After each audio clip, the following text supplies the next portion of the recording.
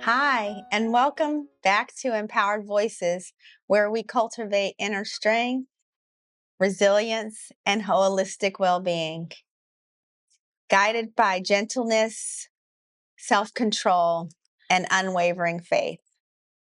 My name is Tanjika, and I am so happy to be with you here with you today.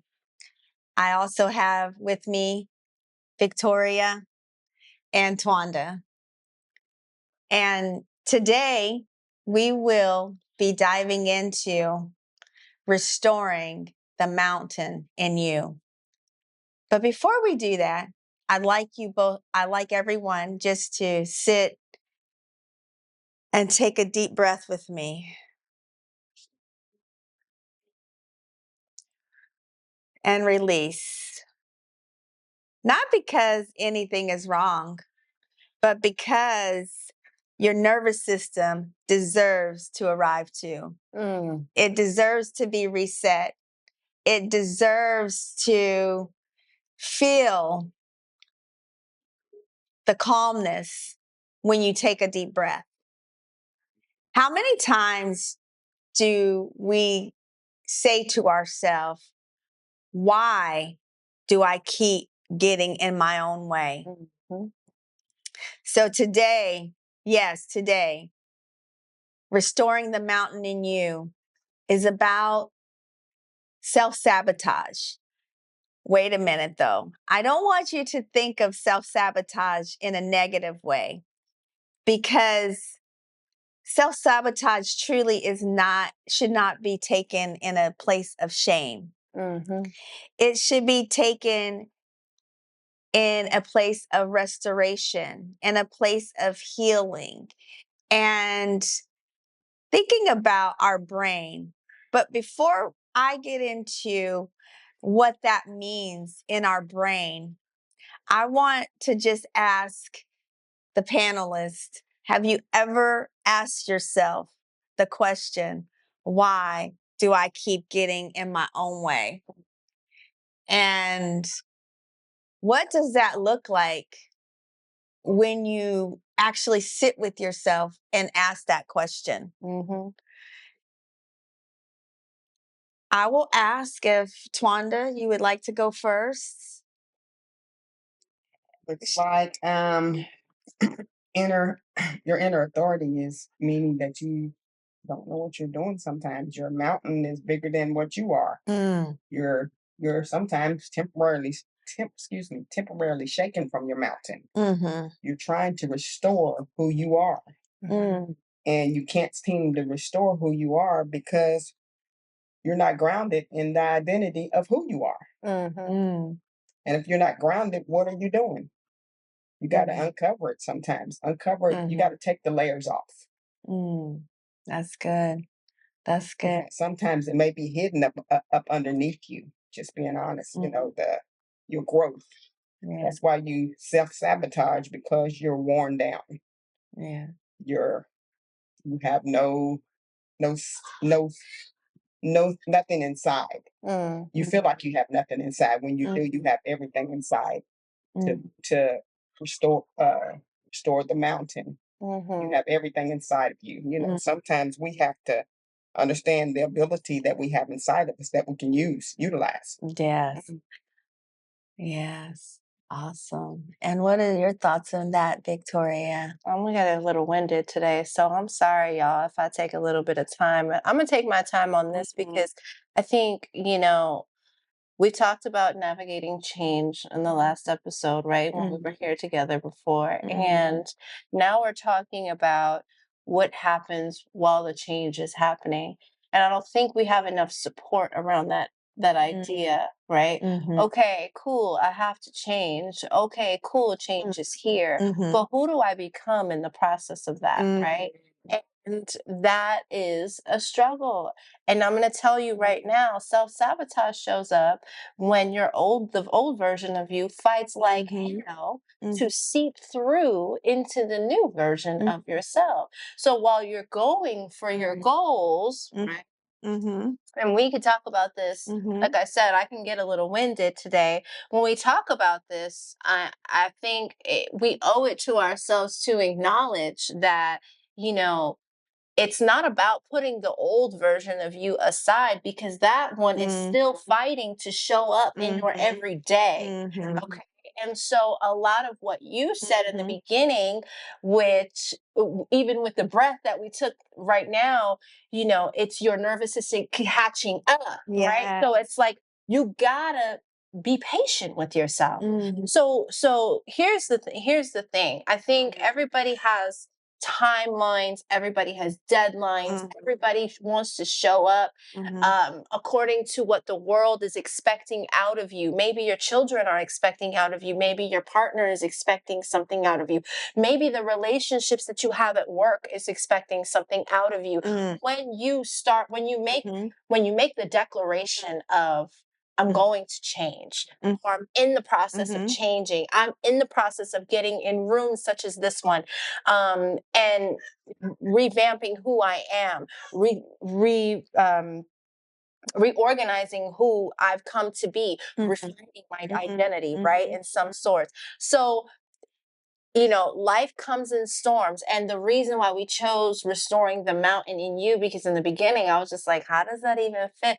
But as I did my research, as I started to really look into it, mountains are stable. Okay. And mountains have endurance. Mountains have strength. We always looked at, even biblically, mountains have been a problem. Biblically, right? But what does the mountain in you look like, right? And so that's where that stability comes from. That's where that endurance comes from. The grounded integrity, right? That's where that comes from. And so here's what I'll say. The storms aren't going to stop. The change isn't going to stop. But if you look at it physically, do storms change the mountain? 9 times out of 10, they don't shake the mountain. No. They won't break it down. No. Now, there are storms that will erode the mountain. That's your confidence. Yes. That is, because we're the first person to put ourselves on the chopping block. Let's be real, right? The storms may erode the discipline. It may erode the sense of direction that you're coming through, right?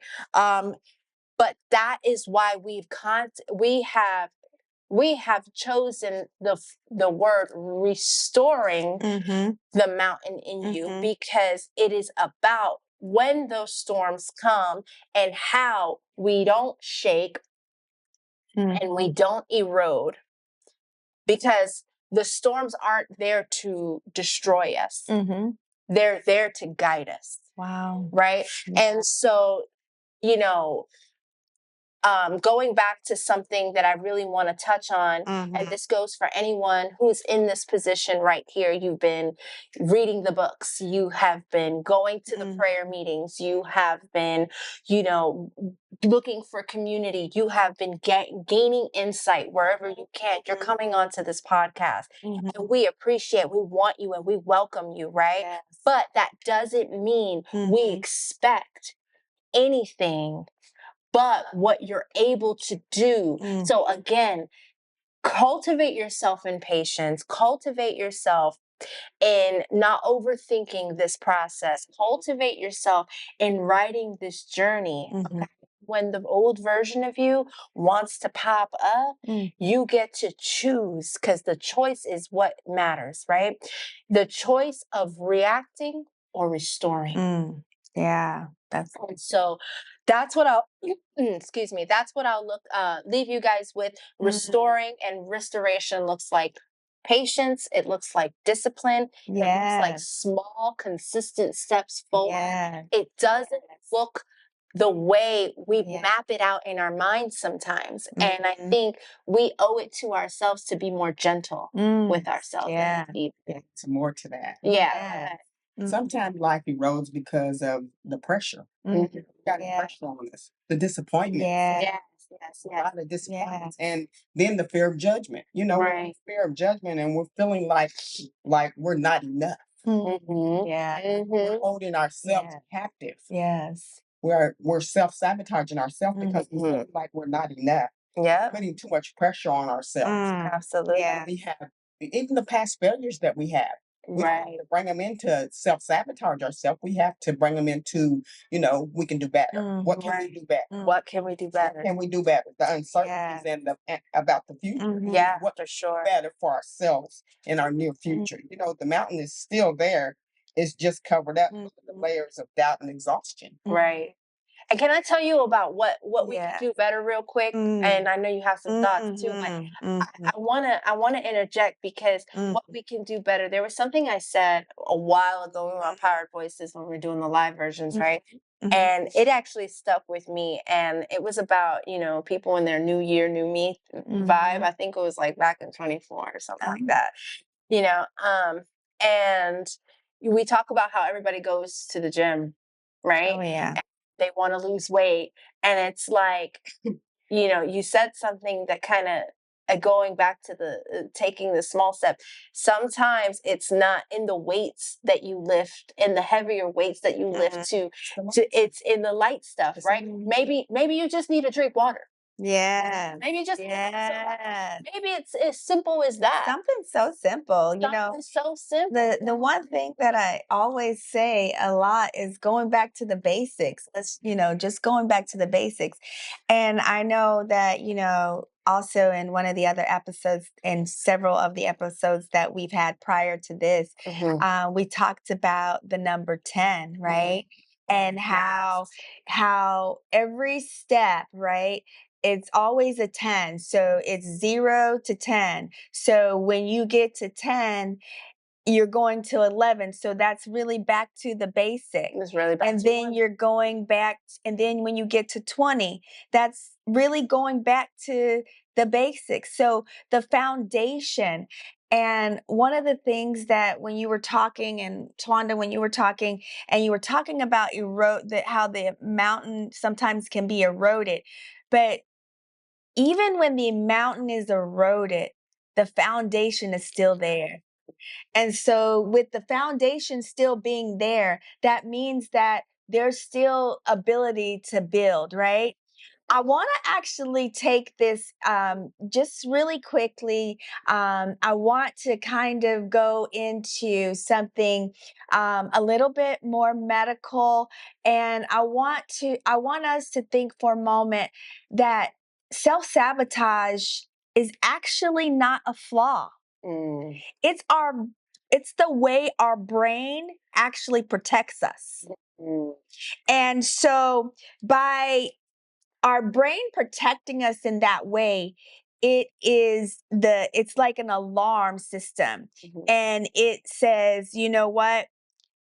You haven't had this before. I'm protecting you from this. So anytime that we are about to grow, we're about to speak up, we're about to succeed, we're about to change, or even in rest, our brain may interpret that as a risk. My God. And because of that, it starts to shut us down and become an alarm to us. And where that part of that happens is in the brain called the amygdala. Where the amygdala is, that's where it produces that fight or flight sensation. And then that's when self-sabotage does show up. But again, it's not because you don't want to be better. It's because we do want to be better. But our brain has to learn something different. It has to understand that we are no longer, that this is not a danger, that this is actually something that we want to do, that we are actually becoming. And, that also where the amygdala is, it's in that prefrontal cortex. And the prefrontal cortex is considered a wise guide, basically. And yes, and that part of our brain, right? When you say wisdom, right? Guess what it does? Decision making. Yeah. Right? Discernment. Impulse control. Right? Reflection. And it gives us where our values are. Our values. And then not only our values, the vision. So here we are, right?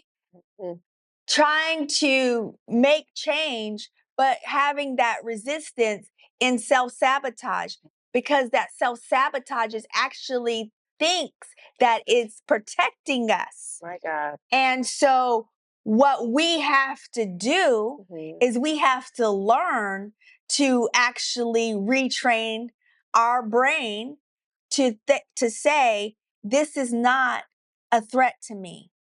I want to grow. I want to show up. I want to speak up. I want to be in this uncomfortable space. And when you start to be in that uncomfortable space, now you start to feel yourself being more confident, more comfortable with the things that you're doing. And I can tell you all right now that this is a living testimony to me. Right. Because 3 years ago, when we started this podcast, when we started Empowered Voices, if you go back and you look, you'll see how uncomfortable I was. How uncomfortable it was to me to even be in front of a camera, right? And now I'm able to truly be authentically who I am, because now my amygdala is not telling me, no, don't do that. This is not something that you normally do. Yeah. This is not something that you're used to. I need to protect you. So now that anxiety comes in, right? So I want us to realize that we have to start to just push through it. Do it afraid. And that truly is something that we most of the time will ignore. Yeah. Our body will ignore that because we want to be perfect. We start thinking about, and we were talking about navigating change in our last episode. And for those of you who have not seen that last episode, I encourage you to go back and revisit all of the episodes that we have done. Because when we talked about navigating change, right? We talked about how that we have to learn how to create that safe place, that safety. And we have to realize that when we create that safety, it gives us the courage to start to lead again, to have the wisdom that we need. It does not put us in a place where we are no longer being who we were called to be. It now puts us in the place that we can be ourselves. Right. And we can grow. We don't have to ask ourselves, what's wrong with me?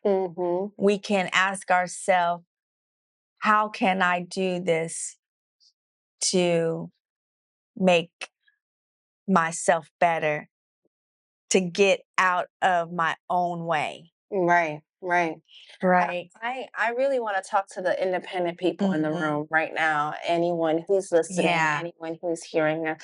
This is for the me, myself, and I people, okay? The ones who got it all together, who use their wisdom, who have to have control over their who have to have control over things and just have all these things. Like when and we're talking about the exact opposite of this, guys, right?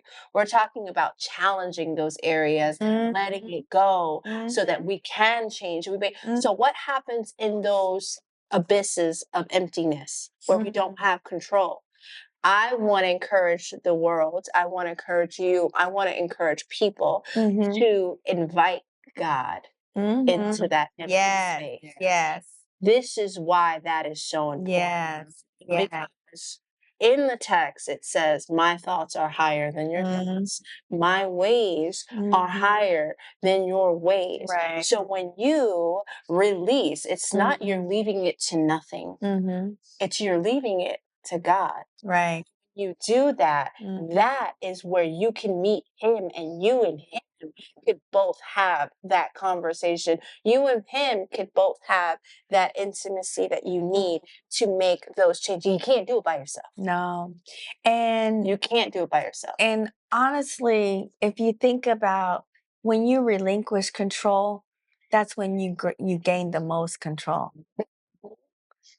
When you relinquish, think about that. When you relinquish control, you actually gain the most control. Yes. It's almost like saying no response is a response. Yes. Same concept. It's truly an oxymoron, what we call an oxymoron. But at the same time, you have to realize that, the things that you can't control, all they're doing is taking up space for the things that you can control. My God. And they're taking up space for the things that you have put off that you are able to do if you weren't trying to control. Yeah. And when you're in a controlling spirit, you take on too much. Yes. Too much. And I can attest to that, because I have a tendency of taking on too much. And I think I spoke to you the other day. I said, my plate is full. I finally said it, because what I have to realize is that, why do I feel like I have to add more to be more? Right. Why can't I be more in the things that I already have? Yes. Right? Yes. So expanding on what I already have, and that's for somebody too. If you feel like in order to show up as different, you need to take on more.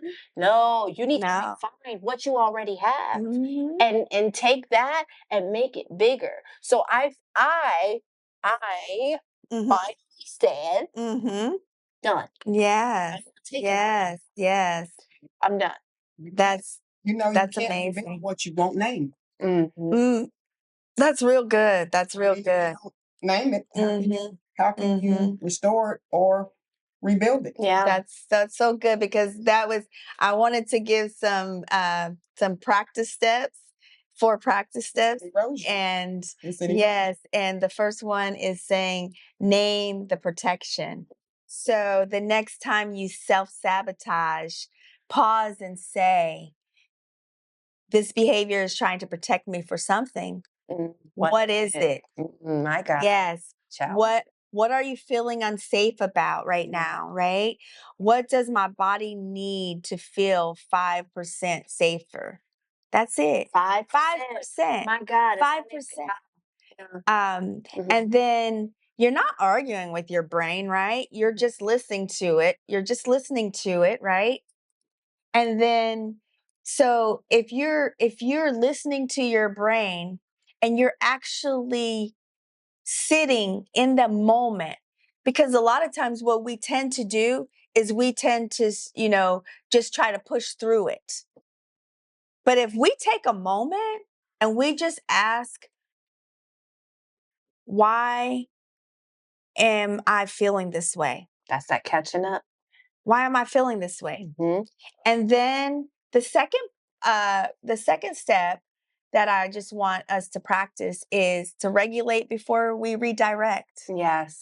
Regulate before making a decision. Regulate your body first. Remember that.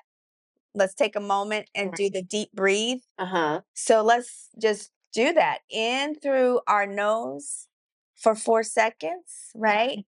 And exhale slowly out of your mouth for 6 seconds. And if you just repeat that 3 times, that's 10 seconds, that's 30 seconds altogether, right? And then that basically, it retrains that part of your brain, the amygdala, which we were talking about. It retrains it to say, we are safe enough now to think. Wow. We are safe enough to think. My God. And then the last thing, the second to the last thing, shrink the change. Shrink it. Big leaps can definitely feel threatening, and they can feel, uncomfortable. They can, we have to learn how to help heal our nervous system.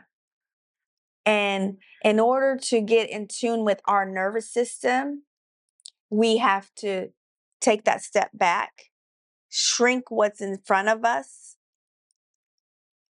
take those breaths, and just say, I'm going to change everything.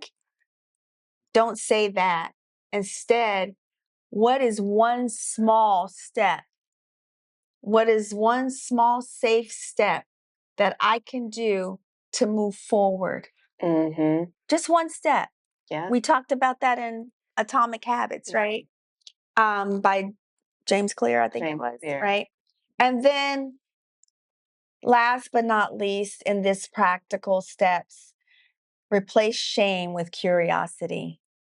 Instead of believing that it's self-sabotage, ask yourself, what am I afraid of? Instead of trying to make yourself think that this is a doom or gloom. Yeah. Wow.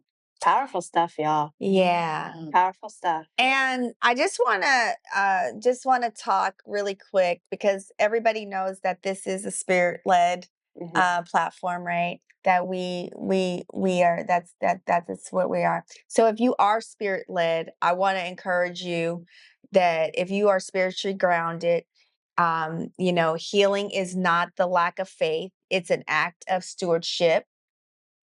Your body, your brain, and also your mind, they are not obstacles to your calling. They are the pathway through it. And grace works through regulation, wisdom, and it returns through safety. Healing unfolds through compassion. So, in everything that we have said today, I want you to realize that when we think about self-sabotage as helping us, as a protection, then we can move past it to do the thing that we are trying to keep from doing anyway. Wow. Any last words? No. 30 seconds. Okay. Well, this is powerful. I'm just really full from this conversation. And if you have anyone that can or if you haven't already, please subscribe, and catch us on the next episode here in Empowered Voices. We cannot wait to see you in the room. Any last words, Wanda? No, just restore through identity alignment. That's all you need to do. And if I had any last words to say to you, which I do, self-sabotage is not a flaw. It's a protective mode.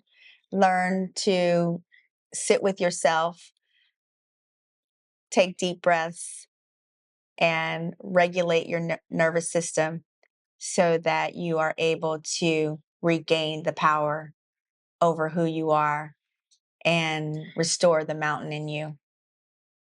Thank you for joining Empowered Voices. We look forward to seeing you next time.